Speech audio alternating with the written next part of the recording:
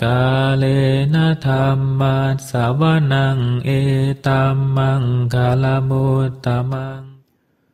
Bagian keempat ini saya akan mulai membacakan dengan subpokok bahasan kebijaksanaan yang tajam akan mudah menghancurkan nafsu keinginan. Buku Masuk ke Arus Dhamma atau Entering the Stream of Dhamma oleh Pra-Acarya Thun Kipapanyo, ahli bahasa Dr. Anda Yasodhara Wena Sintiawati dan Dr. Anda Sujata Lani Anggawati, diterbitkan oleh Wisma Sambodhi, Klaten. Baiklah, kita mulai. Kebijaksanaan yang tajam akan mudah menghancurkan nafsu keinginan. Bila kebijaksanaan makin tajam, orang dapat makin jelas mengetahui dan melihat penyebab-penyebab kelahiran ulang. Nafsu keinginan akan kesenangan indria, kama tanha, nafsu keinginan akan eksistensi atau bawa tanha, dan nafsu keinginan akan tidak adanya eksistensi atau wibhawa tanha. Nafsu-nafsu ini membawa pikiran berputar-putar di tiga alam eksistensi.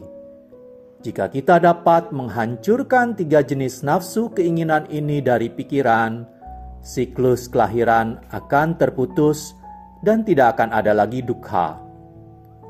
Nafsu merupakan bahan bakar kelahiran ulang.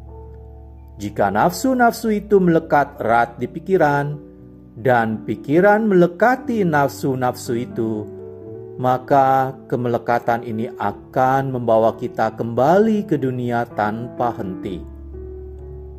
Kemelekatan ini sudah menjadi amat kuat, sehingga nafsu keinginan dan pikiran kelihatannya menjadi satu dan merupakan hal yang sama. Jika kebijaksanaan tidak cukup halus dan tajam, tidak ada cara untuk memisahkan mereka seperti air dan alkohol yang dicampur di dalam minuman. Orang tidak dapat memisahkannya hanya dengan sepotong kain saring. Tidak peduli seberapa halusnya kain saring itu atau berapa ratus kali dia menggunakan kain itu. Untuk memisahkannya, dibutuhkan metode yang lebih baik dan lebih halus. Maka, untuk memisahkan nafsu keinginan dari pikiran, kebijaksanaan yang biasa tidaklah cukup. Kita harus menggunakan kebijaksanaan pada tingkat vipassana jnana. Nafsu keinginan terhadap sensualitas terdiri dari nafsu keinginan terhadap objek-objek sensual dan suasana hati sensual.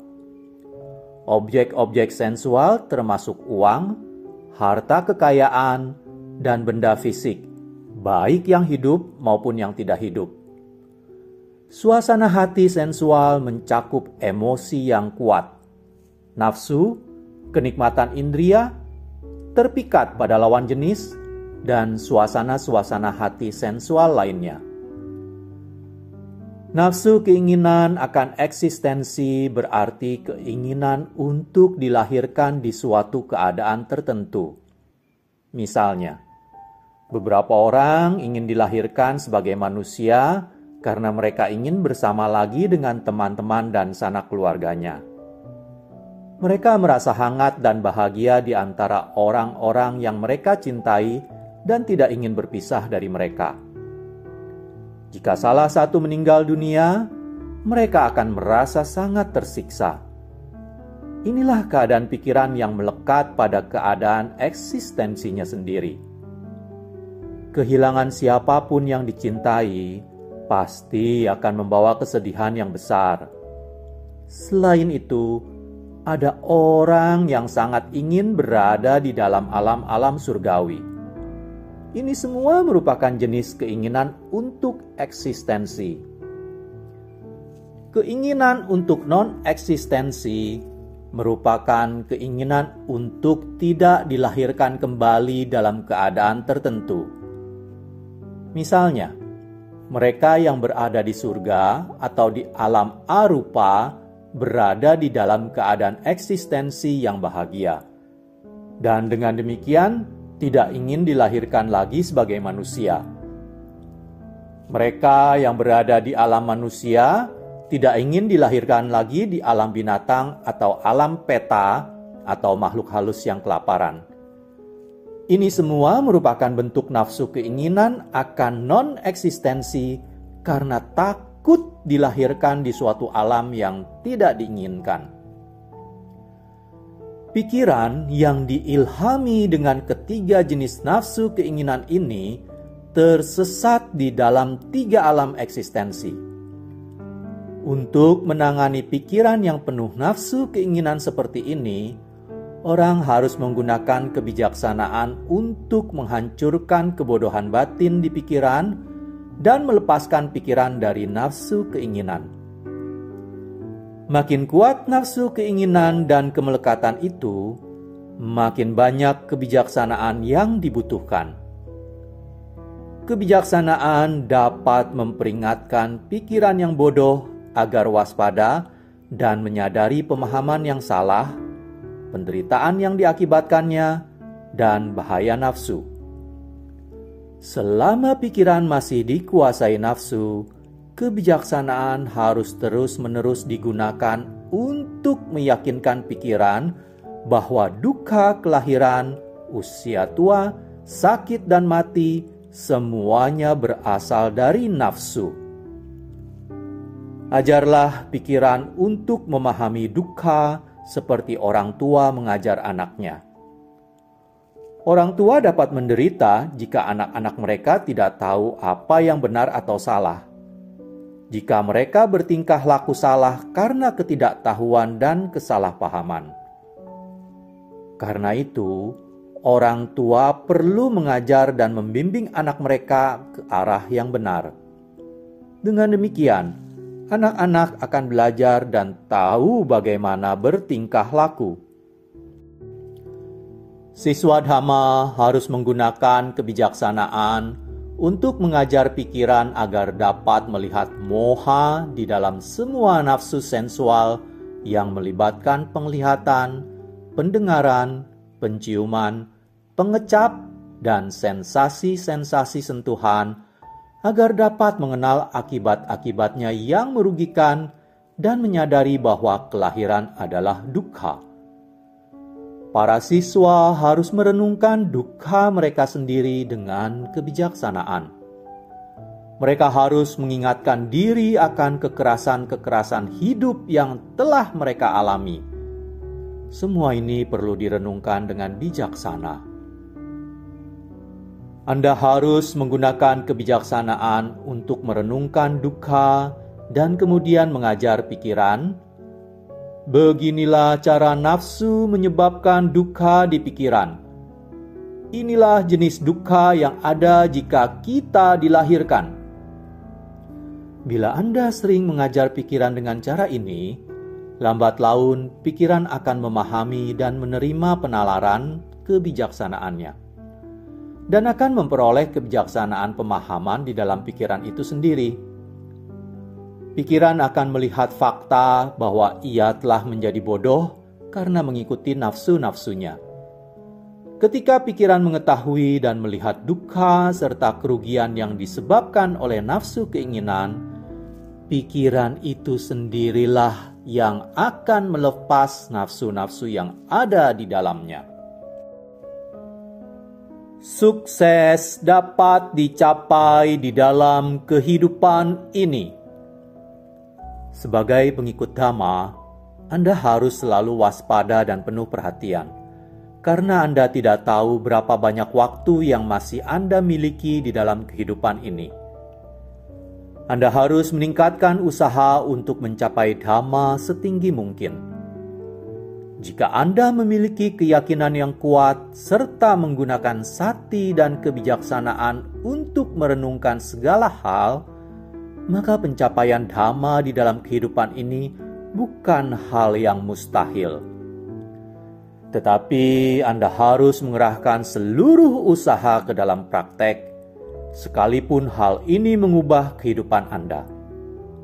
Anda tidak boleh memanjakan diri, terlalu banyak tidur dan makan. Jangan hidup acak-acakan.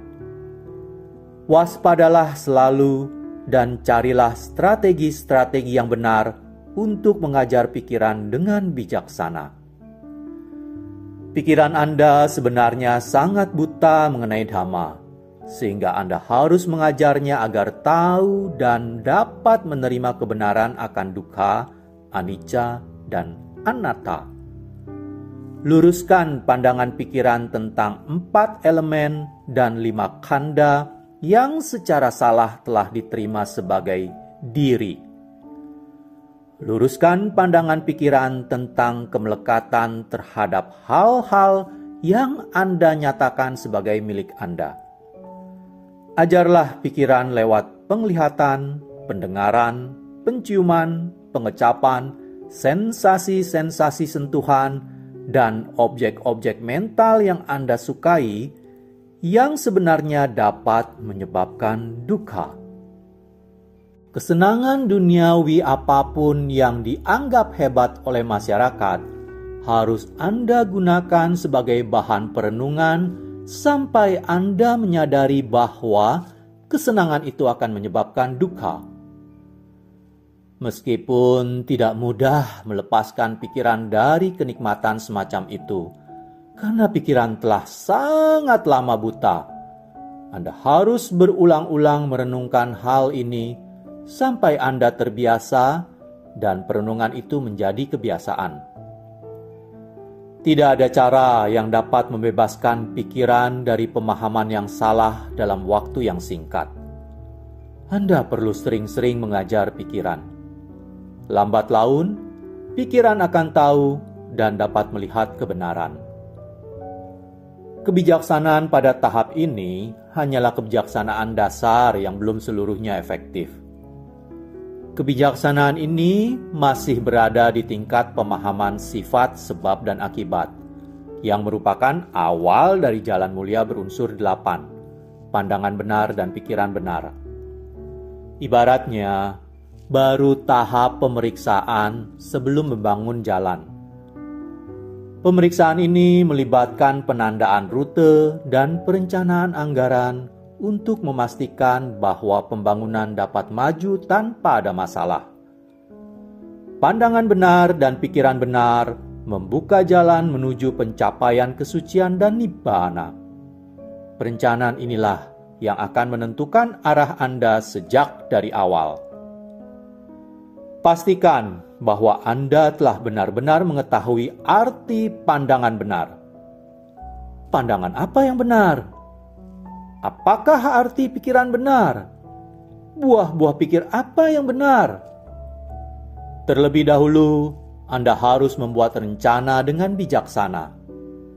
Rencanakan langkah praktek berikutnya, sehingga Anda dapat maju langsung ke nibbana. Dengan cara ini, tidak ada kemungkinan tersesat. Jika Anda tidak menggunakan kebijaksanaan yang seperti dijelaskan, nantinya Anda akan menemui banyak masalah. Praktek akan menjadi rumit dan Anda akan kehilangan jalan. Anda akan menjadi ragu-ragu tentang praktek dan perlu bertanya kepada orang-orang mengenai apa yang benar dan apa yang salah. Jika Anda beruntung, Anda mungkin bertanya kepada orang yang tepat dan dapat menemukan jalan keluar.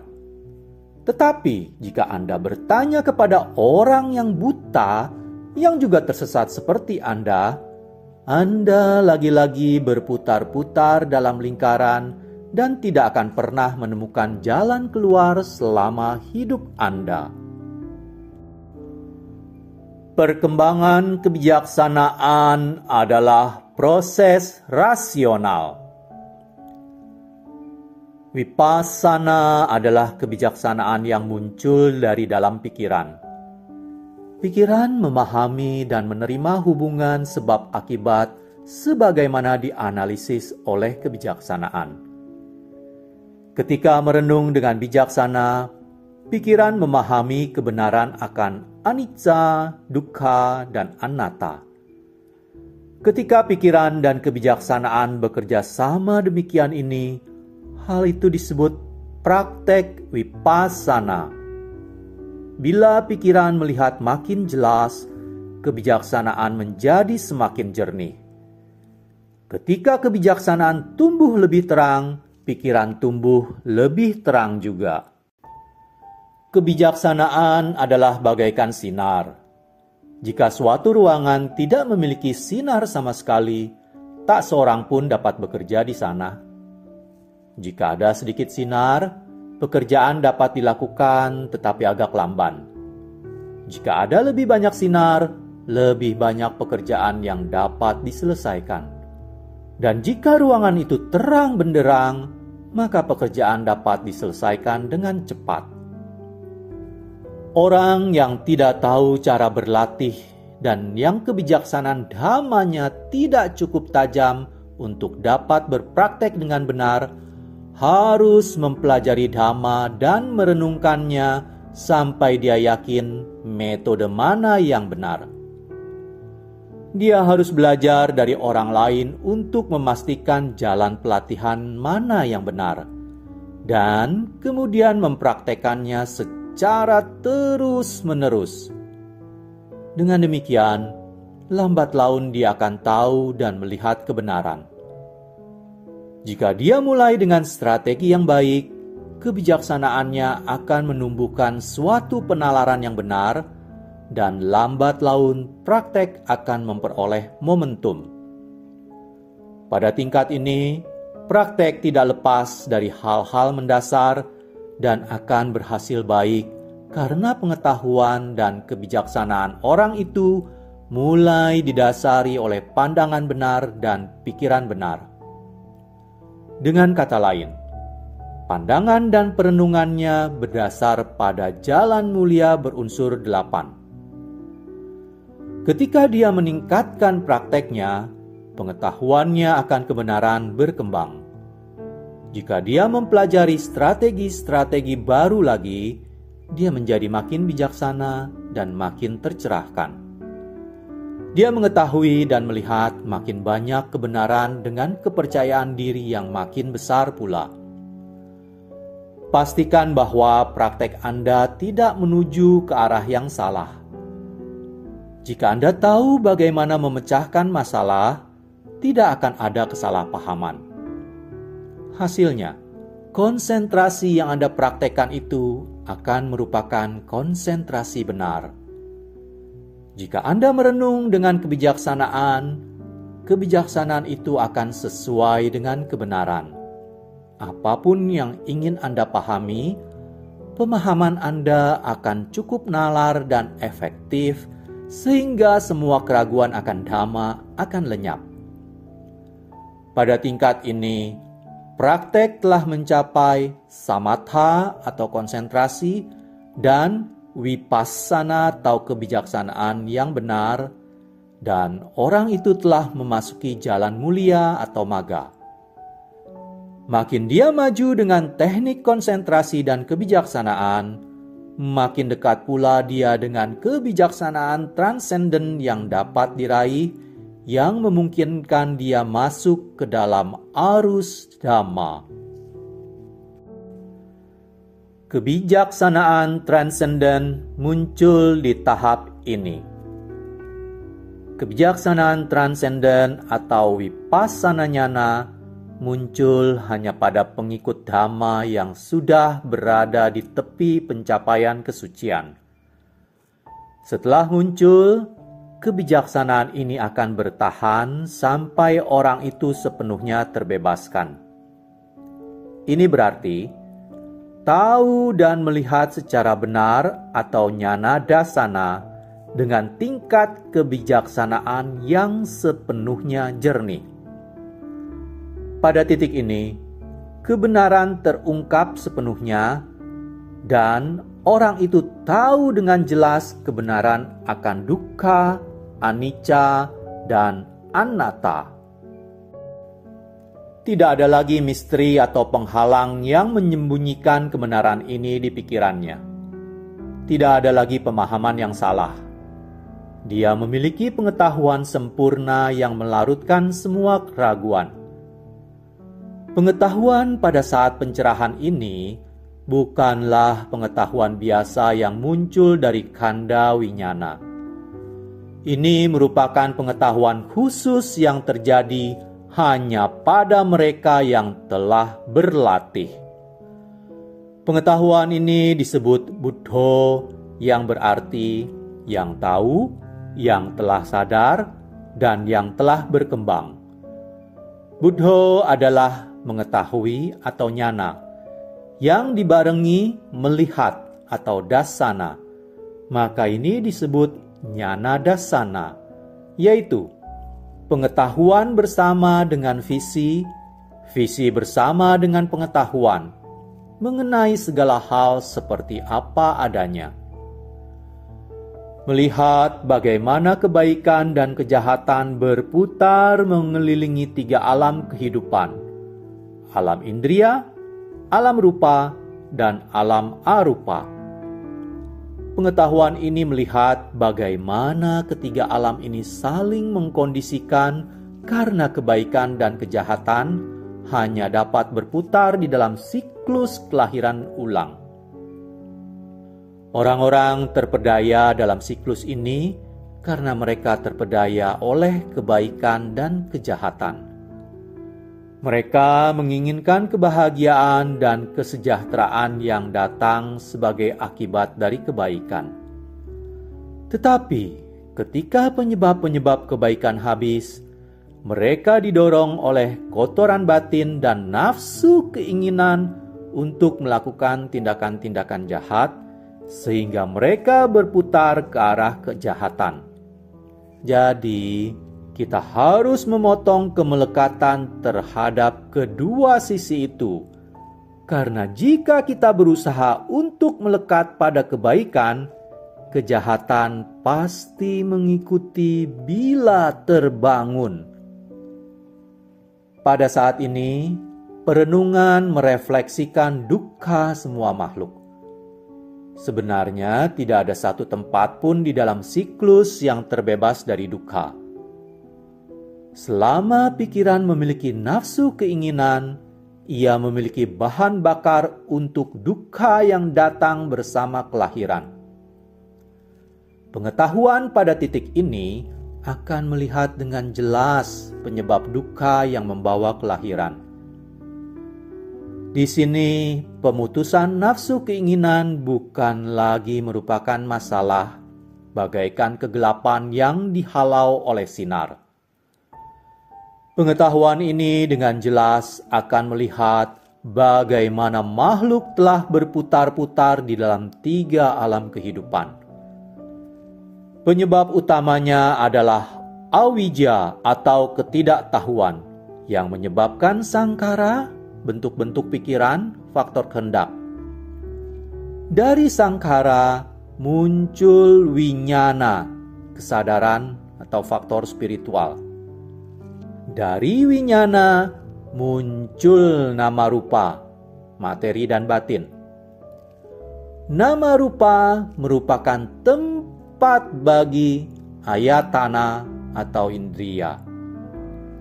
Ayatana adalah pintu phasa atau kontak. Phasa menyebabkan wedana, perasaan atau sensasi. Wedana mengundang tanha, nafsu keinginan. Tanha merangsang upadana, kemelekatan. Upadana menyebabkan bhava, keadaan-keadaan eksistensi. Bhava menyebabkan jati, kelahiran. Jati membawa sakit dan usia tua yang menyebabkan kematian. Begitulah selengkapnya proses mengapa kita lahir dan mati berulang-ulang di dalam ketiga alam kehidupan. Kita berputar-putar di dalam kelahiran dan kematian, kelahiran dan kematian, di dalam siklus dukkha. Di dalam siklus ini, tidak ada sesuatu pun yang dapat kita kukuhi sebagai milik kita yang sebenarnya. Bahkan tubuh kita pun harus kita tinggalkan di dunia ini untuk membusuk dan kembali ke elemen-elemen asalnya. Sama sekali tidak ada substansi di dalam perputaran kelahiran dan kematian ini. Jika kini kita tahu dan melihat kebenaran dengan jelas, kita akan siap memutus semua kemelekatan dan tidak ada kemelekatan yang dapat bertahan hidup di dunia ini lagi. Inilah kebijaksanaan transenden yang sebenarnya, yang merupakan hasil dari praktek. Ungkapan terwujudnya penghentian atau nirodha secara total menjadi jelas pada titik ini.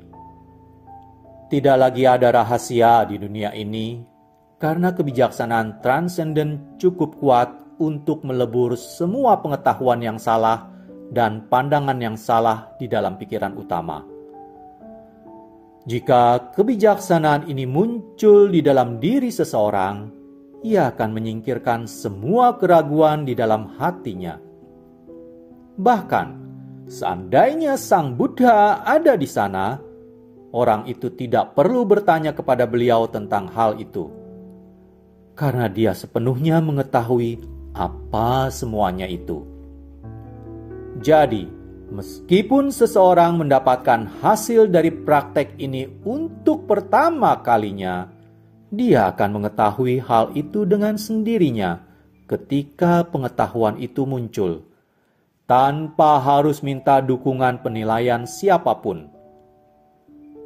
Ungkapan orang merupakan pendukungnya sendiri pada titik ini berarti bahwa tidak ada orang lain yang dapat memutuskan. Ketika pengetahuan transenden telah menebarkan pemahaman totalnya untuk mencakup semua hal yang terpadu di dunia ini, tahap berikutnya adalah beralih ke penghentian atau nirodha. Arus dunia terpotong sepenuhnya. Nirodha ini belum pernah diharapkan sebelumnya dan merupakan suatu proses yang lembut. Hanya orang itu sendiri yang bisa dengan jelas mengetahui bagaimana terjadinya. Nirodha terjadi secara internal dan juga eksternal. Yang internal adalah berhentinya kesadaran atau winyana. Yang eksternal adalah berhentinya semua media indria, mata, telinga, hidung, lidah, dan sensasi sentuhan. Ketika winyana berhenti, semua komunikasi lewat indria-indria itu terputus dari dunia luar. Pada titik ini, tidak ada sensasi dan tidak ada kontak dengan rangsangan luar. Tidak ada penglihatan, suara, bau, cita rasa, atau sensasi sentuhan. Pikiran tidak mempunyai hubungan dengan persepsi apapun. Tidak ada gerak tubuh, tidak ada ucapan, tidak ada aktivitas mental, karena tidak ada winyana yang mengkoordinasikan tubuh dan pikiran. Inilah berhentinya winyana secara total. Karena itu, tidak akan ada lagi kesenangan atau suka atau rasa sakit, dukkha, baik fisik maupun mental. Inilah nirodha, berhentinya dukkha. Ketika mencapai tahap ini, orang yang berlatih dhamma akan tahu dengan sendirinya. Dia tahu bahwa kebijaksanaan transenden, seperti yang dijelaskan di atas, akan melaju tanpa jeda menuju nirodha. Mulai saat itu, yang ada hanyalah kemajuan menuju kemurnian pikiran yang mutlak. Kesadaran total. Selama aktivitas mental dan indria berhenti, kesadaran pikiran masih ada di sana. Ini merupakan kesadaran yang terbebas dari winyana, karena winyana memahami melalui indera.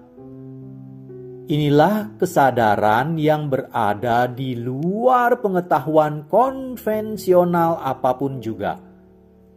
Ini merupakan sesuatu yang unik, yang tidak condong ke pengetahuan duniawi atau dhamma. Tidak ada prakiraan di dalam kesadaran ini. Tidak ada kata yang dapat melukiskannya. Namun dapat dikatakan bahwa pepatah pikiran murni itu bersinar akan tampak jelas pada titik ini. Jangan membuang-buang waktu dengan menerka-nerka seperti apa pikiran murni itu. Bahkan di dalam meditasi yang terdalam pun, pada tahap di mana pikiran menjadi amat sangat halus dan tenang, itu pun masih bukan pikiran bersinar dalam pengertian ini.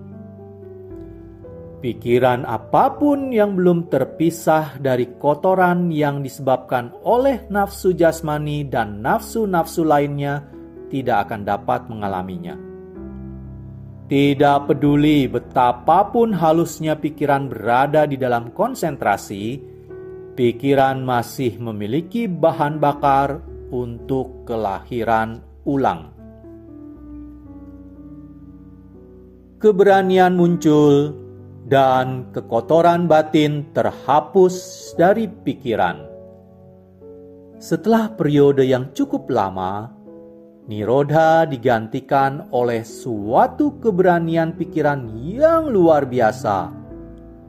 Keberanian ini melibatkan kekuatan sati dan kebijaksanaan yang luar biasa. Pikiran menjadi amat kuat sehingga ia dapat segera menghancurkan apapun yang menghalanginya. Selama ada keberanian ini, kesadaran dan sensasi berfungsi kembali. Orang tahu bahwa pikiran bisa sangat kuat dan bersifat merusak. Tetapi, pikiran dapat juga memotong arus duniawi, arus kelahiran ulang, arus penyebab-penyebab kelahiran, arus lingkaran eksistensi, arus ketidaktahuan, dan arus tiga alam kehidupan. Semua arus inilah yang telah membawa orang tak henti-hentinya kembali ke dunia ini. Keberanian yang muncul pada titik ini dapat melakukan apapun. Orang dapat duduk bermeditasi selama berhari-hari dan bermalam-malam. Tidak ada hal yang sebanding kuatnya dengan keberanian pikiran ini. Pada tahap ini, orang tahu bahwa di dalam dirinya sedang terjadi asawakhaya nyana, yaitu pemahaman tentang proses berhentinya racun-racun mental dan terhapusnya kotoran-kotoran mental. Bagi orang yang mencapai tahap ini, berdiri, berjalan, duduk, atau berbaring bukan merupakan penghalang baginya untuk mencapai tujuan akhir, nibbana. Nibbana muncul dalam sekejap, dan dia sepenuhnya tahu bahwa semua kotoran batin telah lenyap dari pikirannya. Inilah hasil praktek yang diinginkan semua siswa Dhamma. Kesimpulan, titik berat penjelasan di buku ini terutama terletak pada cara-cara pengembangan kebijaksanaan bagi seorang siswa Dhamma. Kebijaksanaan ini dapat digunakan di dalam perenungan untuk memperoleh fondasi jalan mulia, yaitu pandangan benar dan pikiran benar. Memiliki fondasi yang baik akan memudahkan latihan selanjutnya. Berikut ini adalah pokok-pokok kesimpulannya.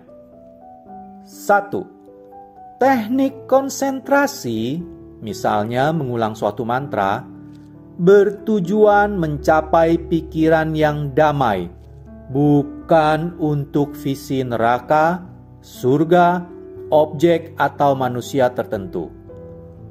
Di dalam meditasi, visi-visi semacam itu merupakan ilusi-ilusi kesengajaan yang menipu pikiran dan akan gampang menuju pada konsentrasi salah yang menghalangi tujuan akhir, nibbana. 2. Kebijaksanaan tidak muncul secara otomatis dari konsentrasi. Ia berkembang ketika Anda merenung dengan menggunakan kebijaksanaan duniawi biasa yang telah Anda miliki. Pada zaman Sang Buddha, mereka yang mencapai nibbana memulainya dengan kebijaksanaan biasa. Lalu mereka melakukan perenungan dan penalaran untuk mengetahui apa yang benar dan apa yang salah sesuai dengan jalan mulia. Pelatihan yang benar melibatkan perenungan cermat yang disertai kebijaksanaan. 3. Banyak orang mengatakan bahwa kebijaksanaan datang secara otomatis dari pikiran yang tenang. Kepada siapa dan di mana Sang Buddha pernah mengajarkan begitu? Di dalam kitab suci Buddhis, adakah contoh mengenai para suci atau Arya yang mengembangkan kebijaksanaan lewat praktek konsentrasi saja? Cerita-cerita tentang mereka yang mencapai kesucian menunjukkan bahwa semuanya sudah memiliki kebijaksanaan sebelum bermeditasi. Tanpa kebijaksanaan, bagaimana mereka dapat memahami ajaran-ajaran Sang Buddha? Studi dan perenungan Dhamma membutuhkan kebijaksanaan. Praktek konsentrasi itu sendiri pun juga membutuhkan studi sebelumnya. Setelah selesai melatih konsentrasi, dia harus merenung dengan bijaksana, dan juga sebaliknya. Begitulah cara kebijaksanaan berkembang. Ketika kebijaksanaan mencapai titik penuhnya, ia menjadi transenden. 4. Ketika kebijaksanaan tertinggi ini berkembang di dalam diri seseorang, berarti dia sudah berada di tepi tujuan akhir. Karena kebijaksanaan ini mampu memutus semua nafsu, kebencian, dan ketidaktahuan yang ada di pikiran. Kita semua menginginkan hasil akhir dari perkembangan kebijaksanaan. Tetapi bagaimana hal itu dapat terjadi jika kita belum memahami pelatihan secara jelas? Jika kita ingin kebijaksanaan transenden muncul, kita perlu meletakkan fondasi yang benar dan berlatih dengan bijaksana seperti yang telah dijelaskan di atas. Semoga Anda dapat memahami latihan dan maju pesat. Baiklah, kita akhiri bagian 4 sampai di sini. Pada bagian 5 atau bagian akhir akan dibacakan appendix, yaitu berupa cara-cara pengembangan konsentrasi. Terima kasih. Kalena dhamma savanang etamang kalamutamang